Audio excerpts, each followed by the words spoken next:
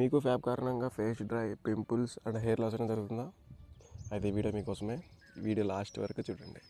Fab వల్ల ఎటువంటి disadvantages లేవు, ఇన్ఫ్యాక్ట్ అడ్వాంటేజెసే ఉన్నాయి. కావాలంటే మీరు గూగుల్లో సెర్చ్ చేస్తే stress relief and sexual health increase అవుతుందని వస్తుంది.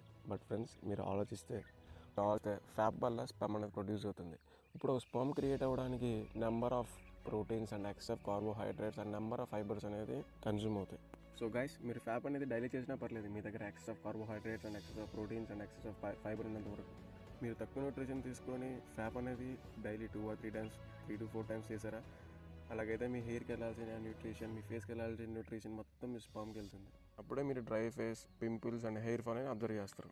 ఇన్ఫ్యాక్ట్ మీకు జీన్స్ లేకపోయినా మీకు హెయిర్ ఫాల్ అనేది అవుతుండొచ్చు, బట్టతలు రావచ్చు. సో ఇదే మీ ఆల్ న్యూట్రిషన్. మీరు ఎక్కువగా ప్రోటీన్స్, కార్బోహైడ్రేట్స్ అండ్ ఫైబర్ తీసుకోకుండా మీరు డైలీ ఫ్యాబ్ చేయడం వల్ల మీ హెయిర్కి వెళ్ళాల్సిన న్యూట్రిషన్ మొత్తం మీ స్పామ్కి వెళ్తుంది.